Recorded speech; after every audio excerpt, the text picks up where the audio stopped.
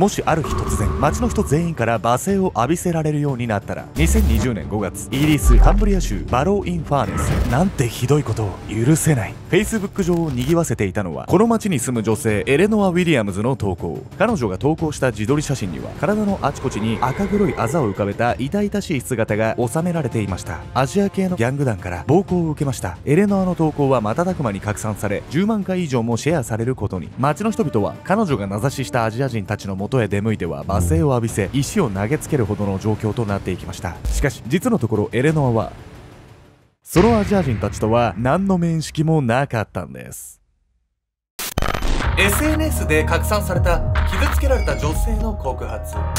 彼女が経験した壮絶な仕打ちの数々とは。街一つを混乱に巻き込んだこの事件、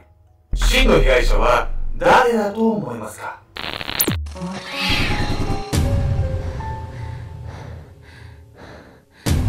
おすすめの猫じゃらし募集中、ケンちゃんです。冬はこたつで、みかんと、ねるねるねるね、やみやみこです。こたつなんだ、こたつじゃなくて。こたつって言った私。こたつって言った。絶対言ってない。それはまあ、視聴者さんにコメント欄で。絶対言ってない。わかった、わかりました。じゃあ俺が悪かったです。すいません。絶対言ってないから。本日ご紹介するのは、イギリスカンブリア州で起こったとある暴行事件について。一人の女性の SNS から発覚したこの事件は、街の人々の暴動を起こすきっかけとなってしまうんです。街の人たちが怒りを抑えられなくなるほどの事件だったってことね。SNS で広まったっていうのもなんかあまり聞いたことないようなね、特殊な事件ね。警察もね、捜査を進めている状況ですし、そんな中で SNS に投稿するっていうのは一体何事なのかっていうところなんですけど、この女性が世間に訴えたものとは、皆さんはそれを聞いた時、怒りを覚えずにいられるでしょうか？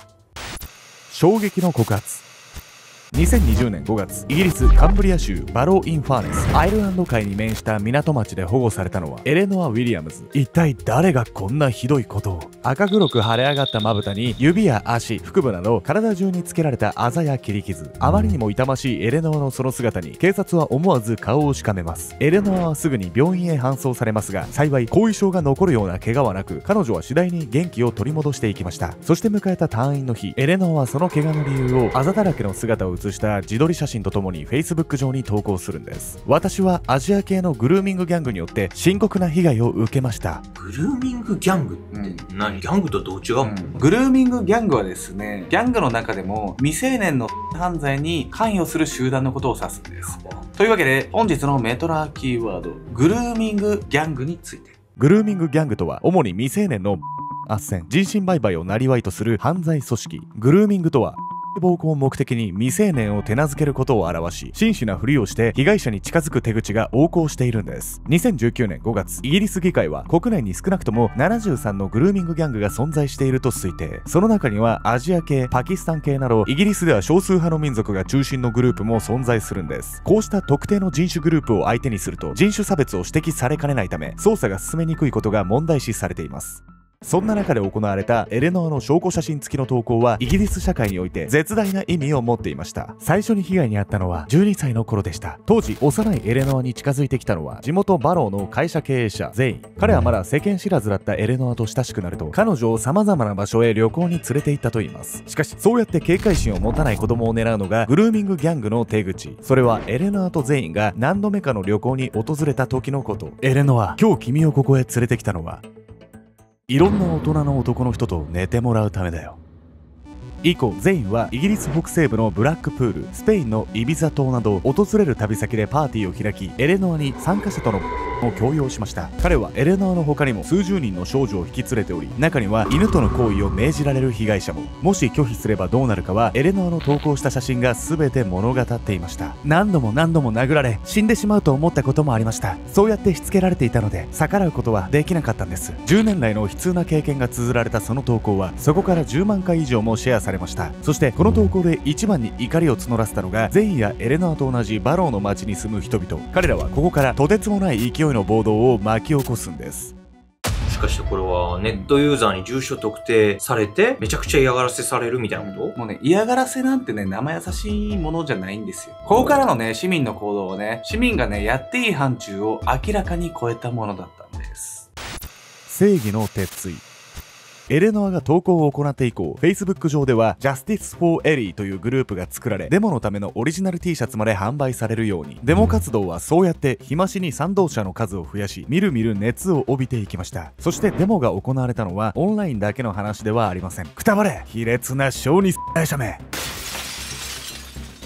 バローの街角のその店へ向かい、石やレンガ、生卵などを次々に投げ込んでいく市民たち。そう、それはエレノアが犯人だと名指しした全員が経営する店。彼には500件以上の殺害予告が届き、所有する物件の全てに市民が襲撃に訪れる始末。またエレノアが名指ししたグルーミングギャングのメンバーは全員の他にも数名おり、その全員が街を歩くだけで罵声を浴びせられ、暴力を振るわれました。そうやって市民の猛攻にさらされた面々は、その多くがバローの街から離れざるを得なくなったんです。いや、ちょっとこれやったことは許されないかもしれないんだけど、警察何やってるのよ。これはやりすぎよ。いくらなんでも。実はね、警察もね、ある理由からね、彼らの標的になっていたんです。エレノアの一件をめぐる暴動は止まることを知らず、しまいに市民たちは警察署まで詰めかけるようになっていました。恥を知れ、隠蔽工作反対。警察署へ向かって声を張り上げる市民たち。彼らの隠蔽工作という言葉を聞いて、何のことを言っているのか疑問に思った方もいるかもしれません。実はその言葉こそが彼らの怒りの理由を物語っていました。そう、実のところ全員をはじめとするグルーミングギャングのメンバーたちは、誰一人罪に問われていなかったんです。10年にもわたりエレノアを売買の道具として使ってきたはずのグルーミングギャングのメンバーたち。これだけ騒ぎが大きくなっているにもかかわらず、彼らはなぜ罪に問われていないのか。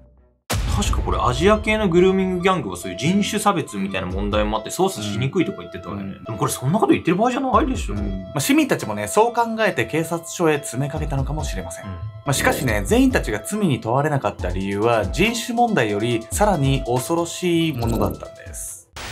すべての元凶。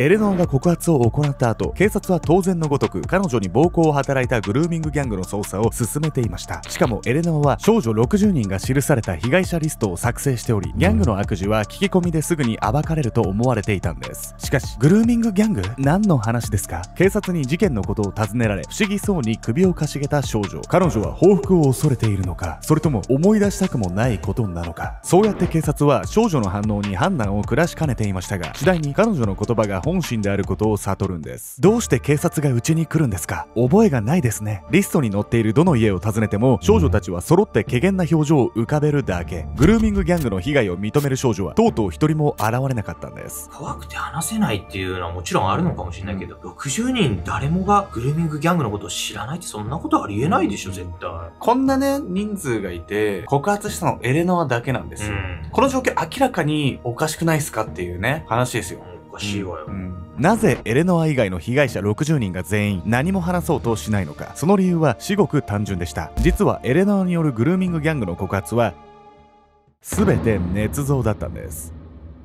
エレノアが名指ししたバローの町のアジア人は全員グルーミングギャングとは何の関係もありません。彼らはいつも通り平穏に暮らしていたはずが、突然訳も分からず町の人たちから石を投げつけられるようになったんです。気になるのはなぜ彼女の嘘が発覚したのかということ。エレノアは被害を告発する際、どの国へ行って何をさせられたかなど事細かに犯行内容を伝えていました。エレノアの嘘が発覚したのはそうやって彼女自身が語った証言の内容からだったんです。アムステルダムでは売春などで働かされて人身売買にも出されました。でも買い手が飽きてくれたおかげで助かったんです。ブラックプールやスペインのイビザ島ではパーティーで何人もの男を相手させられました。これらのエレノアの発言にはどうにも辻褄の合わない部分がありました。まずアムステルダムでエレノアは売春宿にいたと語っていますが、姉と姉のボーイフレンドと同じホテルに泊まった記録が残っています。その状況でグルーミングギャングに連れ回されていたなどと考えられるでしょうか。さらにフライト記録を確認する限り、イギリス北西部のブラックプールには一人で向かっており、スペインのイビザ島には行ったことすらなかったんです。これらの矛盾が明らかになると、エレノアは観念したようにこれまでの発言が虚偽であることを認めました。旅行に行ってただけです。ホテルの部屋でテイクアウトを食べながらずっと YouTube を見てました。めちゃくちゃどんでん返しすぎてめちゃくちゃびっくりなんだけど、じゃあ投稿してたあのあざは何だったのよ。グルーミングギャングにね、やられたというのがね、嘘だとしたらですよ。一体ね、誰にやられたんでしょうか。2020年5月、それはエレノアがグルーミングギャングの被害を Facebook へ投稿する数日前のこと。ヘッドフォンを首からぶら下げ、リュックを背負った彼女がうろついていたのは地元のスーパーマーケット。ギャングの暴行を受けていたはずのエレノアのその顔にあざは一つもない。そしてそれは店を回り終わった彼女がセルフレジを訪れた時のこと。カッター、キリ、ハンマー。エレノアがレジを通していく品々はどれも DIY に使うような工具ばかり。エレノアはそれらの工具を使い、全身にあざや切り傷をつけようとしていた。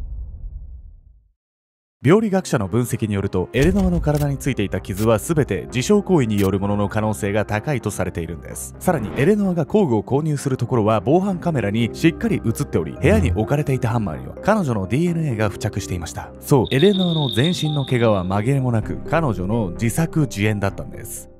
そんな痛い思いしても無実の男性を貶めたかったって、エレノアに名指しされた人たちはもうさ、住むどころの話じゃなくなってたのに何も思わなかったのこの子は。実はね、彼女は多くを語らなかったので、真実はね、定かではないんですけど、ある程度のね、推測っていうのを立てることはできなくはないんです。